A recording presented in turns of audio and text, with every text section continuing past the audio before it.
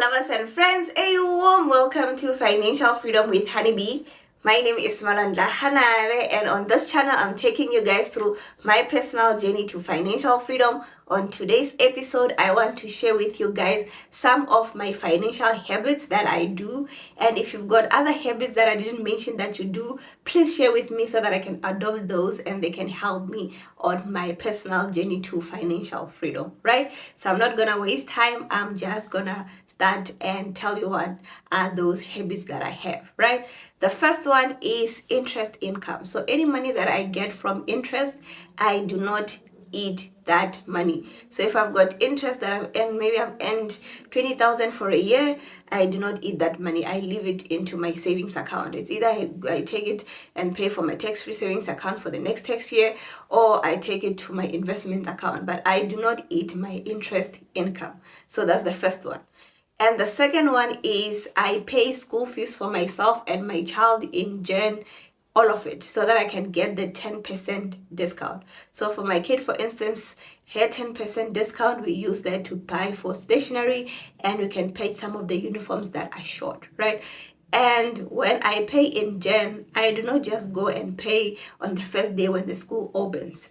Let's say the school has opened on the 15th, I wait towards the end of the week of the month, basically the last Thursday, so that if the year mission doesn't work, at least I still have the Friday I can go back to pay, right? So I use the last Thursday or the last Friday to pay for those fees. The reason for this is you get interest, or you get paid interest on a daily basis. So if you've got money in your account or in your savings account, it earns interest on a daily basis. So if I go and pay on the last Thursday of Jan, which maybe, for instance, let's say it falls on the 28th, and I would have paid on the 15th, so I've got an extra 13 days that I have earned interest on that money for school fees.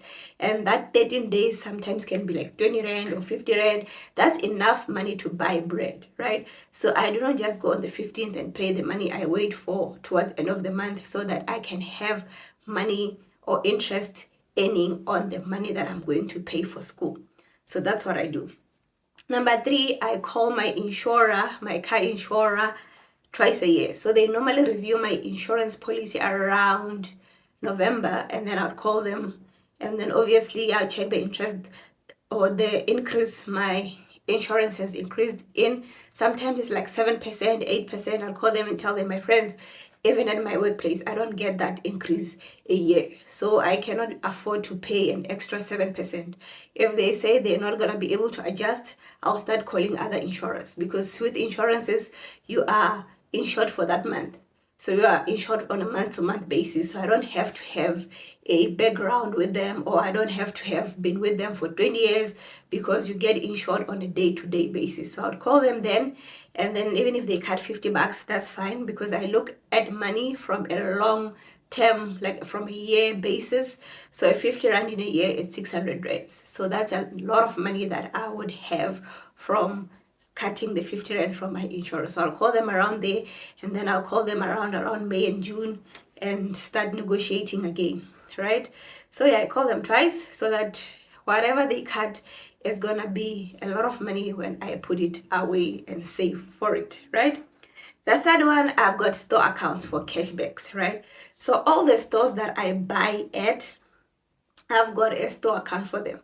And how I use my cashback is for instance, let's say I've got a Clicks cashback and they decided to give me like 50 Rands for that month. I'll take the 50 Rand and pay towards whatever I'll be buying on that day. And then when I get home, I'll transfer that 50 Rand to a savings account that I've put for cashbacks, right? So I'll put it for cashbacks, and then at the end of the day, I'll review how much cashbacks I've made, and then I'll take those cashbacks and put it towards investment, or put it towards some things that needs to be paid at that time. But I wait for the whole year to see how much money I've made on cashbacks, right? The fourth one is Discovery Miles. So the Discovery Miles that I made from Discovery, every month, I only spend them on the 15th of every month for 20% discount. So I get 20% because I've got Vitality, I've got their bank suit, and if you've got the insurance, you get 30% because the insurance also give you an extra 20%, but I don't have any insurance with them, so I only get 20% for the Vitality and for the bank suit. So I use it on the 15th.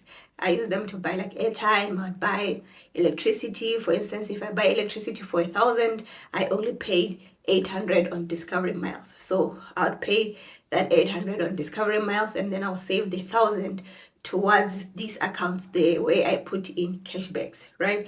So if, for instance, the electricity was 1,000 and I only paid 800, I take the 1,000 that I would have paid for it and save it on my cashback account, so that in December, when I do the numbers, I can see how much cashbacks I've had for that financial year, Jan to December, right? So that's what I do. And then another one is clothing, right? So clothing, I buy my clothes on sale. So I don't go and buy things on full price. So I buy things on sale in December. Basically my summer clothes I buy after Christmas, because I know most stores after Christmas they start putting things on sale. The likes of Woolies, for instance. So I go and buy after you guys have bought, right, on sale. So I do that. And then the winter clothes, I also wait for winter to end so that I can go and buy winter clothes. This is for me and my child, so that we can save money, right? So that's what I do. I only pay things on discount. I don't pay for full price, unless if somebody invites me to a wedding and I don't have the colors, and then I'll have to go and tailor it. But most of my clothing are on sale. And then another one is I sell things on Facebook Market. So things that I no longer use, things that I no longer wear, I go and put them on Marketplace.